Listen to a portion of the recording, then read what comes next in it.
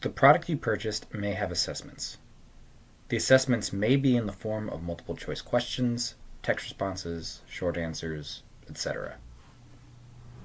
After you assign the resource and your students have submitted the assessment, you'll be able to see their responses by navigating to the resource. In this example, the student has already submitted their responses, and the teacher has accessed the resource on their LMS. Each question has a button labeled Full Results. Click the button, and you'll see each student's response. Next to the response is the points field. Here you can see the total amount of points the publisher has allotted each question. If the point field has a lightning icon next to it, it means that the question was automatically graded.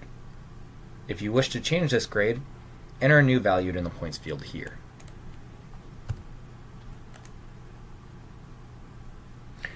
Assessments that are not automatically graded are also changed this way. Partial credit can be assigned. Select student responses from the drop-down to see the overall results of your students. If you have an LMS, you can select Sync LMS to transmit the grades to your LMS gradebook. More info on how to do this for each LMS can be found in the link below. If you would rather download a CSV file of the grades, you can do so by selecting CSV file. If you would like your students to retake the assessment, select this button to require resubmission.